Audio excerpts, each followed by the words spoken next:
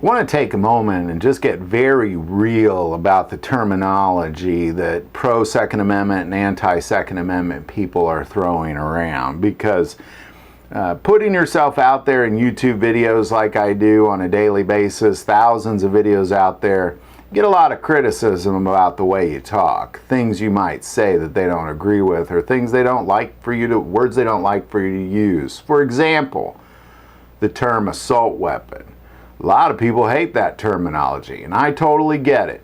But when you're talking about the California assault weapons ban, that's what the law is called.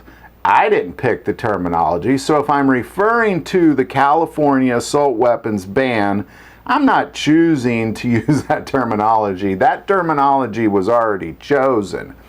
I'm just describing the law in California itself.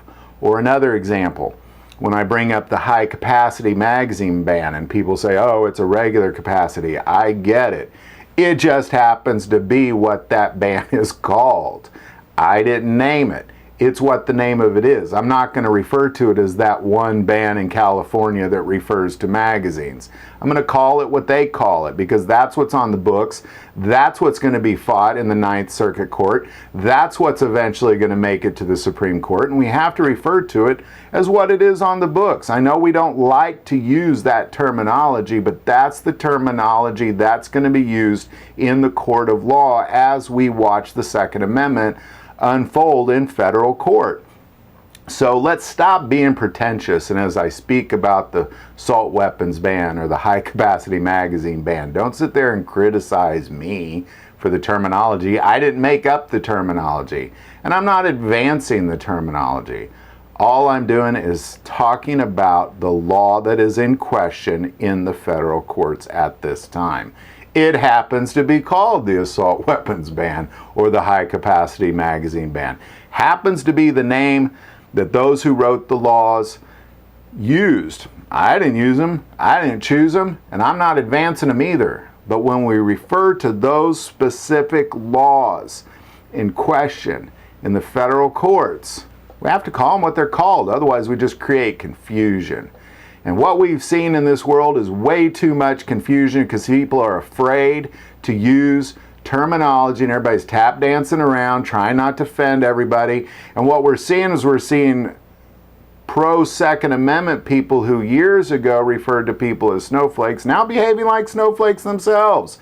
Get over it. It happens to be what the law is called. I didn't call it that. I'm not advancing the terminology. I don't approve of the terminology.